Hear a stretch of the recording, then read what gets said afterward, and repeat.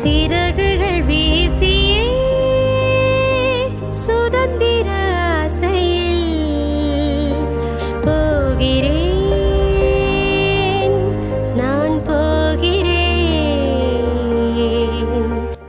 சுசீலா என்னோட அக்கா. 4வது வரைக்கும் தான் படித்தாங்க. அதுக்கு மேலே படிக்க போக மாட்டேன் அப்படின்ட்டாங்க. எங்கள் வீட்டில் நிறையா மாடு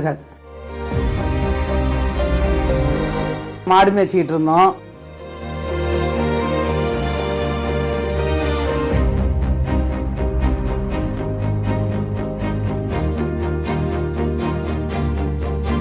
எங்கள் வீட்டில் மாடு நிறையா இருக்கிறதுனால பால் வியாபாரம் பண்ணுவோம். நானும் பால் வியாபாரம் தான் பண்ணேன், என் தங்கச்சும் பால் வியாபாரம் தான் பண்ணான். அக்கா சுசியை மாமாவை கல்யாணம் பண்ணி கொடுத்தோம். கல்யாணம் பண்ண இடமும் எங்களுக்கு பெரிய வாழ்க்கை கிடையாது. ஹோட்டலில் வேலை பார்த்துக்கிட்டு இருந்தாங்க மாமா. அப்போ ரொம்ப வருமானம்லாம் ஒன்றும் கிடையாது மாமாவுக்கு. டெய்லி 300 ரூபா சம்பளம். அந்த சம்பளத்தில் தான் வீட்டு வாடகை, கரண்ட் பில்லு, என் பிள்ளைங்களை படிக்க வைக்கிறது எல்லாமே இருந்துக்கிட்டு அதுலேயே வாழ்க்கையை ஓட்டிக்கிட்டே இருந்தோம். அக்கா அந்த தெருவில் தான் குடியிருந்தாங்க, எங்கள் வீட்டுக்கு பக்கத்தில் தான் இருந்தாங்க. ஆரம்பத்துலேருந்து ரொம்ப கஷ்டப்பட்டவங்க.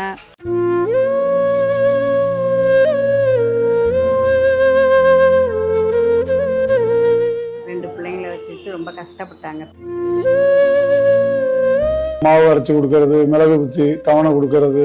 துணி வியாபாரம் பார்த்தாங்க, பூ கட்டிக்கிட்டு இருப்பாங்க. பூ கட்டும்போது பார்த்தீங்கன்னா உட்காந்து கட்டும்போது இடுப்பெல்லாம் வலிக்கும் அப்படின்ட்டு அதுக்கு நைட்லாம் மாத்திரை போடுறான் அப்படிம்பாங்க.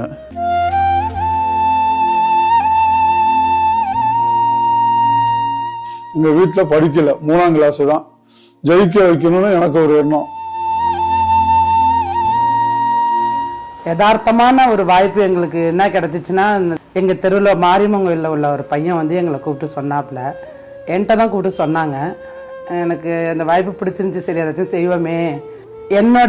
நான் நேராக ஜாயின் பண்ண உடனே என் தங்கச்சி வீட்டுக்கு தான் போனேன். என் தங்கச்சி வீட்டுக்கு அப்போ நான் போகிறப்ப கூட அவள் பூ கட்டிக்கிட்டு தான் இருந்தா.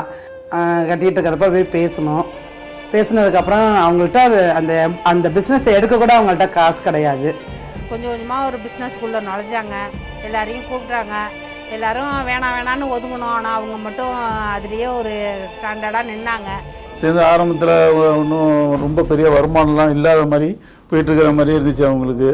ஒரே ஒரு சைக்கிள் தான், சைக்கிளை வச்சுக்கிட்டு அதை மீட்டிங் போயிட்டு வரப்போ நான் அழைச்சிட்டு 1 மணிக்கு நிற்போம், 12 மணிக்கு இருப்பேன். காலையில் 4 மணிக்கு வரும் பஸ் ஏறி. அப்போ நின்றுட்டு இருப்போம் பஸ் ஸ்டாண்டில்.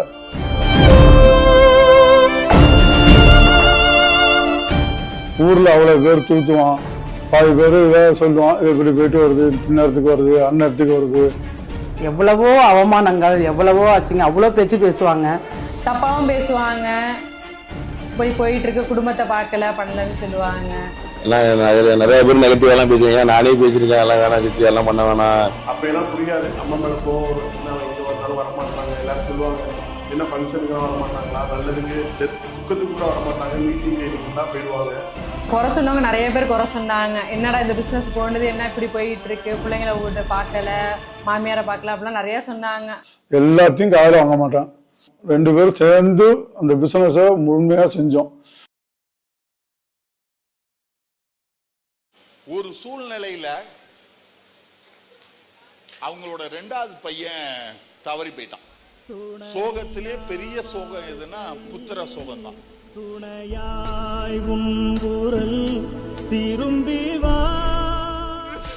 அவங்க பையன் இறந்து கரெக்டா 30 நாள் முடியும் போது கம்பெனியில ஒரு துபாய் டூர் வச்சு மதுரையில ப்ரோக்ராம். எதிர்பார்க்கவே இல்லை, சுசிலா மேடம் அந்த ப்ரோக்ராமுக்கு வந்தாங்க. உண்மையிலுமே அது அந்த பிஸ்னஸ்குள்ளே போயிருந்ததுனால தான் இந்த அளவுக்கு அது நல்லா இருக்கு. வீட்டில் இருந்ததுன்னா தம்பியை நினைச்சு ஏதோ ஆகியிருந்திருக்கும். அம்மா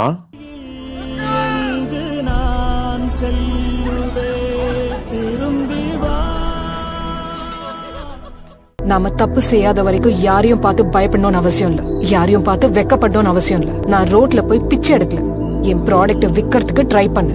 பாயிண்ட் நம்பர் 3, பக்கத்து வீட்டு சுலோச்சனாவோ எதிர் வீட்டு சுஜாதாவோ பார்த்துட்டாங்கிறதுக்காக என்னால எனக்கு பிடிச்ச விஷயத்த பண்ணாம இருக்க முடியாது. என் பேச்சும் என் செயலும் உங்களுக்கு புரியாம இருக்கலாம், ஆனா என்ன நீங்க புரிஞ்சுக்கிற நாள் சீக்கிரமாவே வரும். முன்னாடி ஒன்றுமே தெரியாததுக்கு நான் தான் ஒன்று சொல்லி கொடுப்பேன். இதை அப்படி செய்ய ஃபோனை ஆன் பண்ணுறது கூட நான் தான் சொல்லுவேன். ஒரு சாரீ கட்டிட்டு போனால் கூட நான் அதுகிட்ட சொல்லுவேன், இப்படி தான் கட்டிட்டு போகணும் அப்படிமா. அது பெக்காரி மாதிரி எனக்கு நானும் போயிட்டு இருக்கோம். ஒரு மஞ்சள் புடவை கட்டிக்கும், பட்டையை ஃபுல்லாக அடிச்சுக்கும். இப்போ அதுக்கிட்ட நான் நிறையா கற்றுக்கிற மாதிரி நிறையா ஆயிடுச்சு. ஜஸ்ட் ரீசென்ட்லி ஒரு 1 year பிஃபோர் தான் அவளை பார்த்தேன். நம்ப முடியல. அந்த ஜுவல்ஸ் என்ன, அந்த ஹை குவாலிட்டி டாக்கிங், அது மீட்டிங்கில் பேசும்போது மிரண்டு போயிட்டேன் நான். அது மாதிரி அவங்க ஃபங்க்ஷன் அரேஞ்ச் பண்ணுவாங்க சன்னுக்கு, அந்த கூட்டத்தை பார்த்து நான் மிரண்டு போயிட்டேன். இப்படி ஒரு படிக்காத ஒரு பொண்ணு இந்த லெவலுக்கு தன்னை வளர்த்துக்கிட்டாங்கிறது காரணம் கூட சொல்ல போனாக்க ஐ ஃபீல் ரியலி கிரேட்.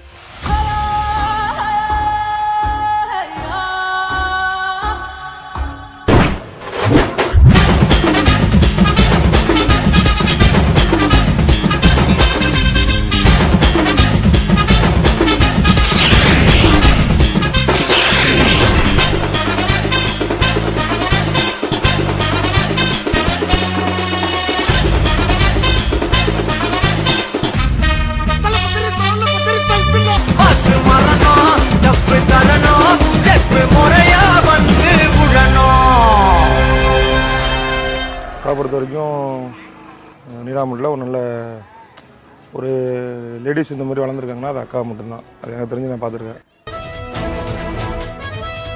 அவங்க ஒரு சிறிய ஒரு வாடகை வீட்டில் இருந்து இன்றைக்கி சொந்த வீடு கட்டி நல்லா ஒரு இதாக இருக்காங்க. அது வந்து உடனே நடந்ததில்ல, படிப்படியாக முன்னேறி இன்றைக்கி வந்திருக்காங்க.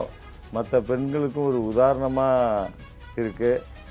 எப்படி உழைக்கணும் அப்படிங்கிறத, எப்படி டைம் மேனேஜ்மெண்ட் பண்ணணுங்கிறதெல்லாம் அவங்கள பார்த்து தான் கற்றுக்கணும். எங்கள் குரூப்லேயே அவங்க தான் நல்லா ஓகோன்னு வந்திருக்காங்க. எல்லாத்தையும் மீறி நின்னதுனால தான் இந்த அளவுக்கு எங்க வம்சத்திலே கார் வச்சு ஒரு சொந்த வீடு, இவ்வளோ பெரிய வீடு கட்டி அவ ஒரு பிஸ்னஸ் பண்ணுறான்னா எங்களுக்கு எனக்கெல்லாம் அவ்வளோ ஒரு சந்தோஷம். மனைவி கணவன் எப்படி ஒரு எளிமையான வாழ்க்கையை ஆரம்பித்து, அதுவும் படிப்பறிவும் ரொம்ப கம்மியாக இருந்து அவங்க வந்து இன்றைக்கி உச்சத்தை அடைஞ்சிருக்காங்கன்னா அதுக்கு உதாரணமாக வாழ்ந்த உச்சத்தை அடைஞ்சவங்க வந்து இவங்க 2 பேரையும் சொல்லலாம்.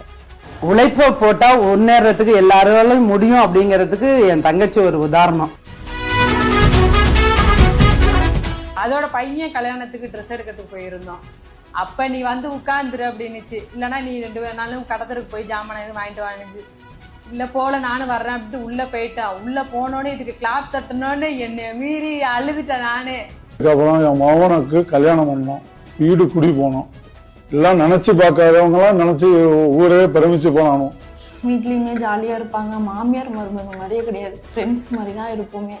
அதுவே எல்லாரும் வந்து கண்ணு வச்சு இப்படிலாம் இருப்பாங்களா அவங்க மாமியார் அப்படிலாம் என் ஃப்ரெண்ட்ஸ்லாம் கேட்பாங்க. அம்மா வந்து பிஸ்னஸ் பண்ணுறது ரொம்ப பிடிக்கும்.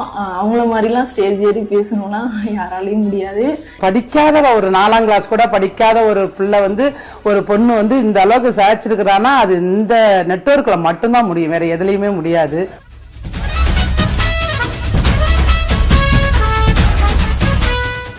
Really a talented girl. இந்த எஜுகேட்டட் வேர்ல்டில் MBA எல்லாம் படிச்சிருக்கிறாங்க எல்லாருமே, எல்லாம் ஐடி கிட்டும் இருக்காங்க. இது ஒன்றுமே படிக்கல, எவ்வளோ தூரம் வந்துருக்கு நம்ப கூட முடியல. as well is really great. இந்த பிஸ்னஸ் இல்லைன்னா என் வாழ்க்கையெல்லாம் ஒரு மாற்றமே கிடையாது. இன்னைக்கு பார்த்தீங்கன்னா வீடு ஒரு 80 லட்சத்துக்கு வீடு, கடை பார்த்தீங்கன்னா ஒரு 20 லட்சம் கடை. என் மனைவி தான் எனக்கு வாங்கி கொடுத்தது. கடையை அட்வான்ஸ் கொடுத்துட்டு என்கிட்ட உனக்கு நான் கடை வச்சு கொடுக்க போறேங்குது. இன்னைக்கு நல்ல நிலைமையில இருக்கோம். நாங்க சின்ன பிள்ளையா இருக்கிறதுல ரொம்ப வருஷம் உழைச்சு இப்போ இன்னைக்கு ரொம்ப நல்லாவே இருக்காங்க. பணம் மட்டும் எங்க அம்மா சம்பாதிக்கல, மிகப்பெரிய மக்கள் சக்தியை சம்பாதிச்சிருக்காங்க. நம்ம 4வது படிச்சதுனால மட்டும், 8வது படிச்சதுனால மட்டும், டிகிரி படிச்சதுனால மட்டும் வெற்றி பெற முடியாது. தான் குழந்தை இருந்தாலும் தன்னை நம்பி வந்திருக்க நூற்றுக்கணக்கான குழந்தை அத்தனை பேரு என்னோட குழந்தை தான் நினைச்சாங்க பாத்தீங்களா, அதுதான் அவங்களோட வெற்றியா நான் நினைக்கிறேன்.